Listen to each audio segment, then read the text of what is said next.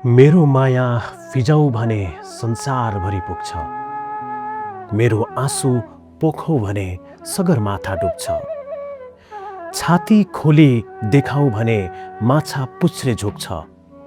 मनको तिर्खा मेटौँ भने फेवाताल सुक्छ।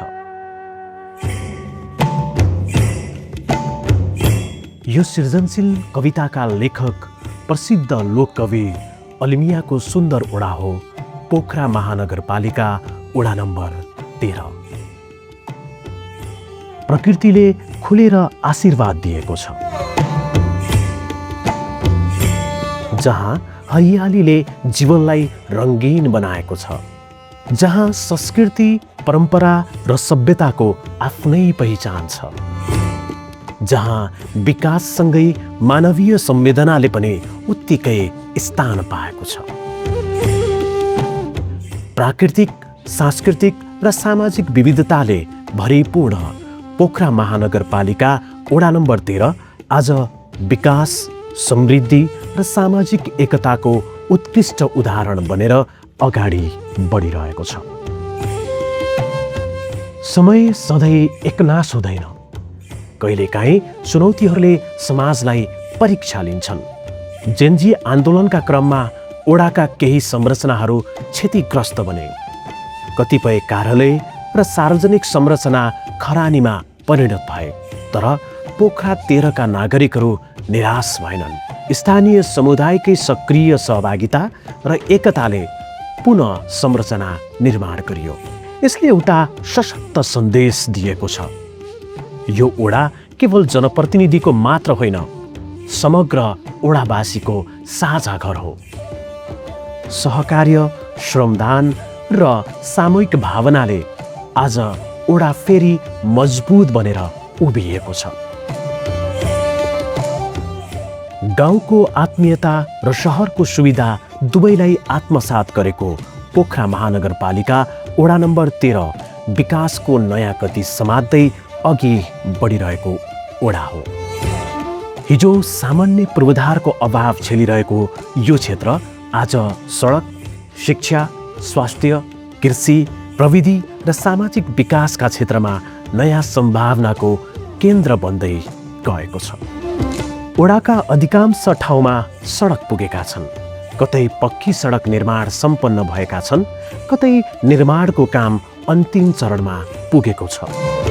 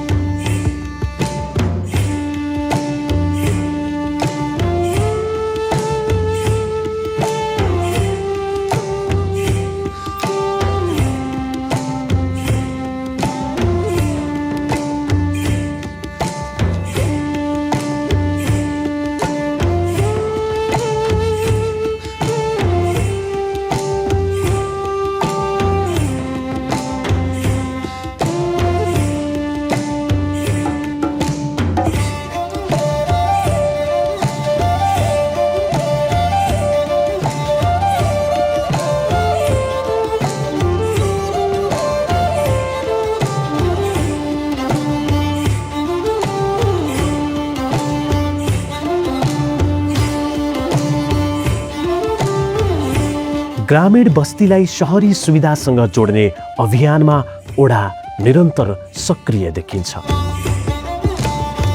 पोखरा महानगरपालिकाको स्थापना दिवसका अवसरमा उत्कृष्ट ओडा र उत्कृष्ट सफा ओडा गरी 2 विधामा नै दोस्रो स्थान हासिल गर्न सफल भएको छ पोखरा महानगरपालिका ओडा नम्बर 13।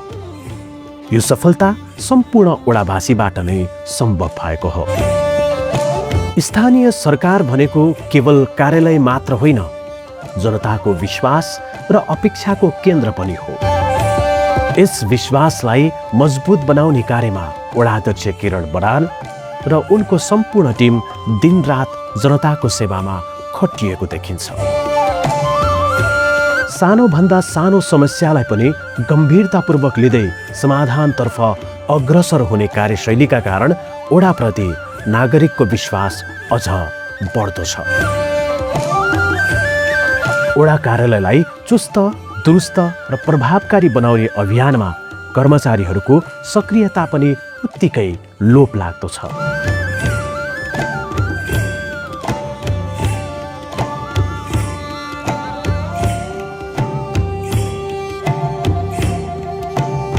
शिक्षा समिति, स्वास्थ्य समिति, मेलमिलापकर्ता, स्वयंसेविका, बाल क्लब मार्फत सेवा प्रवाहमा सहज बनेको छ। नागरिकले समयमै सेवा पाउने गरेका छन्। सुशासन र पारदर्शितालाई प्राथमिकतामा राखेर विकासलाई व्यवहारमा उतार्ने प्रयास भइरहेको छ।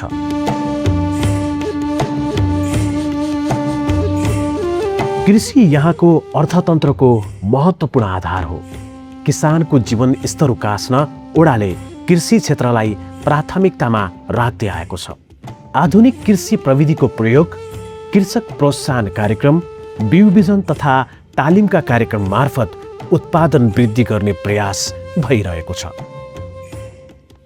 विशेष गरी पछिल्लो समय आयोजना हुँदै आएको तरबुजा मेला पोखरा 13 को पहिचान बन्दै गएको छ। यस मेलाले किसानलाई मात्र होइन, स्थानीय उत्पादनको बजारीकरणलाई समेत बल पुर्याएको छ।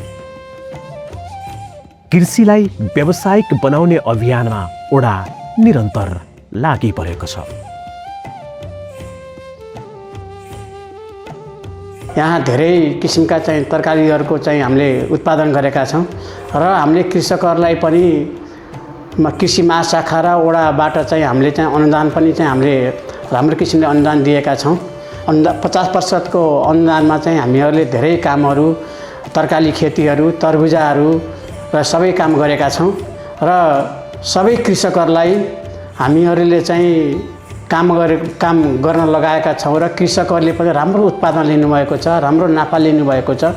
यसरी नै अझ अब आउने चाहिँ सालहरूमा पनि कृषकहरूलाई हामीहरूले चाहिँ अझ राम्रो चाहिँ गराउने हाम्रो चाहिँ ओडा र चाहिँ कृषि सञ्जाल र कृषि महाशाखाबाट चाहिँ हामीले चाहिँ ध्यानाकर्षण गराएका छौँ। कला, साहित्य, सङ्गीत र संस्कृतिको संरक्षण बिना समाजको पहिचान अधुरो रहन्छ। यही सोचलाई आत्मसात गर्दै पोखरा 13 ले साहित्यिक र सांस्कृतिक गतिविधिलाई विशेष महत्त्व दिँदै आएको छ। विभिन्न जात जातिका सांस्कृतिक क्रियाकलापको संरक्षणमा समेत ओडाको भूमिका महत्त्वपूर्ण छ।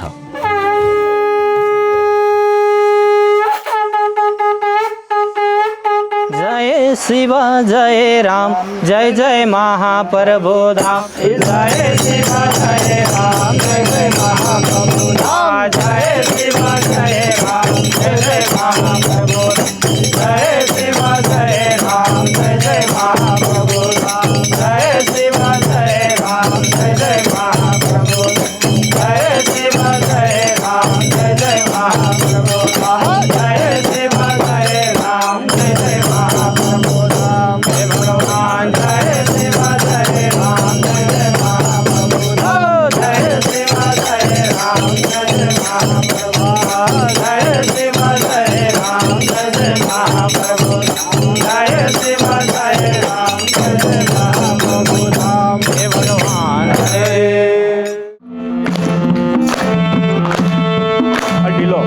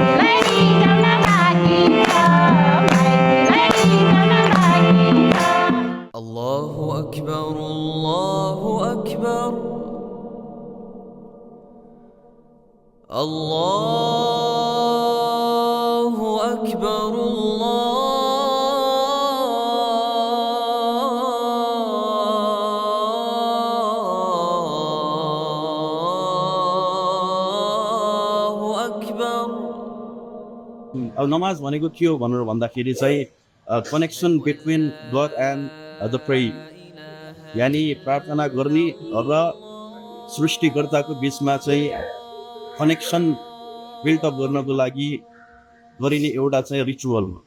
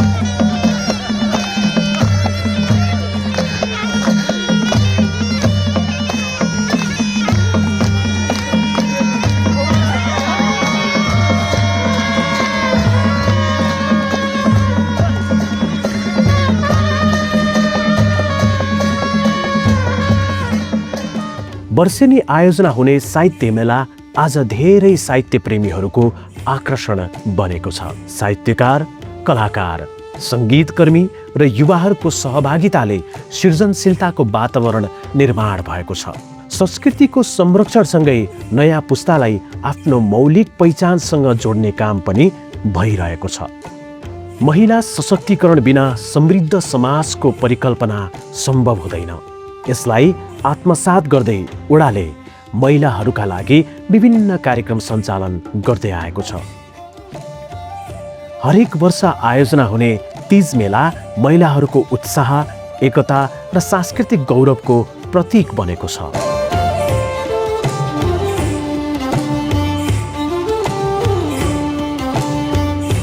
त्यसैगरी सिलाइ कटाई, उद्यमशीलता, सिपमूलक तालिम लगायतका कार्यक्रम मार्फत महिलालाई आत्मनिर्भर बनाउने प्रयास भइरहेको छ। नमस्कार, सम्पूर्णमा म पोखरा वार्ड नम्बर 13 श्री नवदुर्गा सेवाको विद्या संस्थामा बस्छु। पोखरा महानगरपालिका वडा नम्बर 13बाट सञ्चालन भएको 3 महिना चाहिँ एडभान्स सिलाइ कटाइको तालिम सिकेर अहिलेमा चाहिँ यहाँ भद्रकाली चोकमा व्यवसाय गरेर बस्न सफल भएको छु। मलाई यसरी तालिम दिएर सहयोग गर्नुभएकोमा वडा नम्बर 13 टिमलाई, हाम्रो वडा नम्बर 13लाई चाहिँ म धेरै धेरै धन्यवाद दिन चाहन्छु। नमस्ते, मेरो नाम आशा परियार, म पोखरा 13मा बस्छु। म पोखरा 13बाट ब्युटिसियन तालिम लिएर यहाँसम्म पुग्न सफल भएँ। 13 नम्बर वडालाई धेरै धेरै धन्यवाद दिन चाहन्छु।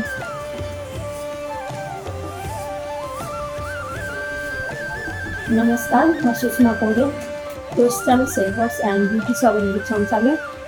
हाम्रो यस पोखरा महानगरपालिका वार्ड नम्बर 13 आयोजनामा दिएको निःशुल्क ब्युटिसियन तालिम प्राप्त गरिसकेपछि हामीले चाहिँ विगत 1 वर्षदेखि hair cut and beauty salon सञ्चालन गर्दै सेवा दिँदै आइरहेका छौँ। यसमा हाम्रो पोखरा वार्ड नम्बर 13लाई विशेष धन्यवाद दिन चाहन्छु। यो तालिमको लागि मात्र नभइकन यो उद्यमशीलताको लागि पनि जोडिनु पर्ने हुन्छ। त्यही भएर दिदीभन्दा त्यही भन्न आग्रह गर्न चाहन्छु र विशेष गरी हाम्रो पोखरा महानगरपालिकालाई 13लाई विशेष धन्यवाद दिन चाहन्छु। शिक्षा विकासको मुख्य आधार हो।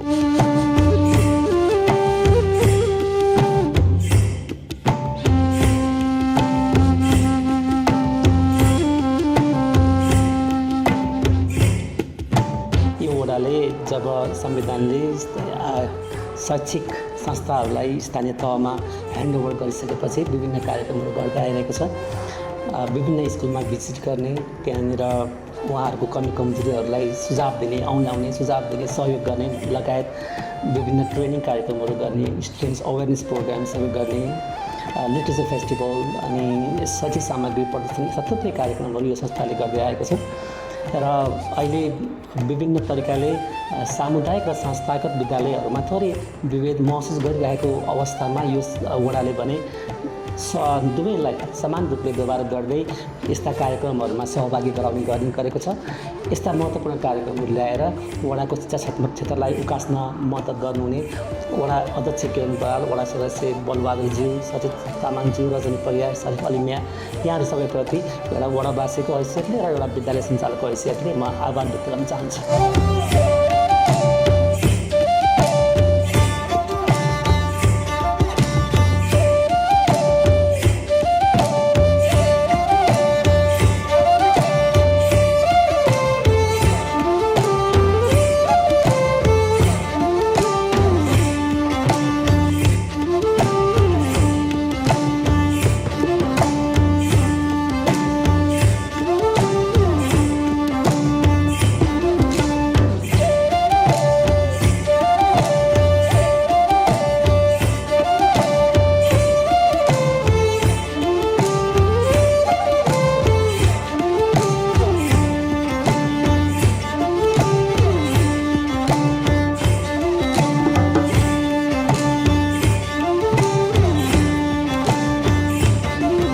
पोखरा 13ले शिक्षालाई केवल किताबमा सीमित नराखी व्यावहारिक र सिपमुखी बनाउने प्रयास गरिरहेको छ।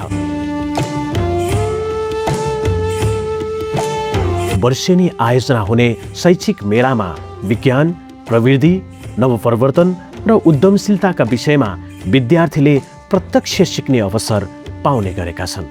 यस वडा कार्यालयले विशेष गरेर विकास पूर्वाधारको विकास मात्र होइन, विकास शिक्षा, संस्कृति, मूल्य, मान्यता र परम्पराको संरक्षण र सम्वर्धन पनि विकास हो भन्ने मान्यतालाई असाध्यै गहिरोसँग बुझेको छ। र यही सन्दर्भमा विशेष गरेर यस वडाभित्र रहेका सम्पूर्ण संस्थागत विद्यालयहरू र सामुदायिक विद्यालयहरूका बीचमा समन्वय, शैक्षिक क्रियाकलापको माध्यमबाट, अनुभवहरूका आदान प्रदानको माध्यमबाट र विद्यालयका अनुगमन र सहजीकरण गर्ने सन्दर्भमा यसले सबैभन्दा पहिला यस 13 नम्बर वडाका संस्थागत र सामुदायिक विद्यालयहरूको समन्वय गर्दै आइराखेको अवस्था छ। यसको साथसाथै यसले यस 13 नम्बर वडाभित्रका शिक्षण कार्य गराउनु हुने सम्पूर्ण शिक्षकहरूको पेशागत सिप विकासमा विभिन्न समयमा विभिन्न किसिमका तालिमहरू र उत्प्रेरणात्मक कार्यक्रमहरू यसले सञ्चालन गर्दै आइराखेको अवस्था छ। एसईई दिएर बसेका युवाहरूलाई विभिन्न सिपमूलक तालिम प्रदान गरिँदै आएको छ। कम्प्युटर, प्रविधि, उद्यम र व्यवसायसँग जोडिएका तालिम मार्फत युवाहरूलाई आत्मनिर्भर बनाउने प्रयास भइरहेको छ। आजको युग अनुसार युवालाई प्रविधिसँग जोड्ने अभियानमा वडा सक्रिय देखिन्छ।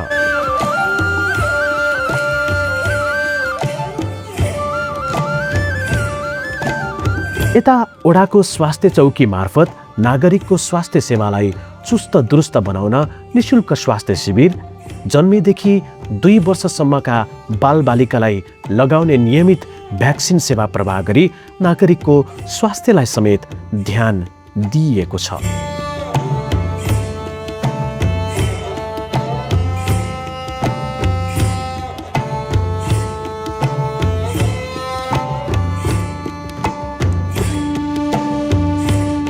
विद्यालय स्वास्थ्य कार्यक्रम अन्तर्गत तिनीहरूको स्वास्थ्य परीक्षण गर्ने एउटा र जुन 10 वर्षदेखि 15 वर्षसम्मका उमेर समूहका महिला छात्राहरूलाई चाहिँ तिनीहरूको जो रक्त परीक्षण गरी रक्त अल्पता बारेमा चाहिँ रक्त अल्पता कति छ भनेर चाहिँ हेर्ने परीक्षण पनि हामीले साथसाथै गरेका थियौँ।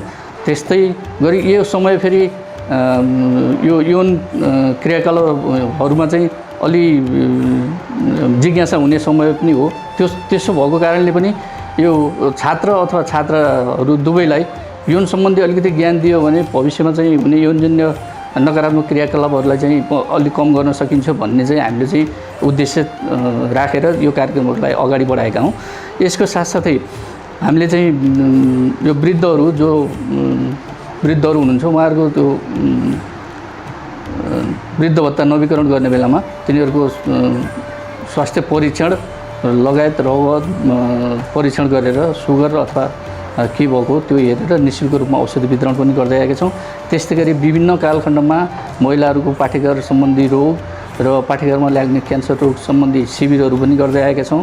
त्यस्तै गरी समुदाय स्तरमा गएर हाम्रो यहाँबाट प्राविधिकहरू गएर स्वास्थ्य संस्थाका प्राविधिकहरू गएर समुदाय स्तरमा बिपी चेक गर्ने, सुगर चेक गर्ने लगायत मानसिक रोग सम्बन्धी जनचेतनाहरू फैलाउने काम भएका छन्। विभिन्न कालमा डेङ्गु लगायत यी सर्ने रोगहरूको सम्बन्धी पनि हामीले चाहिँ अभियान चलाएर ती सरुवा रोगहरूबाट नियन्त्रण कसरी गर्न सकिन्छ भन्ने कुराहरू पनि हामीले बेला जुन बेलामा अलि सङ्क्रमणको शङ्का हुन्छ हामीलाई त्यो बेलामा चाहिँ हामीले चाहिँ गएर चाहिँ यो कार्यक्रमहरू पनि सञ्चालन गर्दै आइरहेका छौँ। समावेशी विकास नै वास्तविक विकास हो।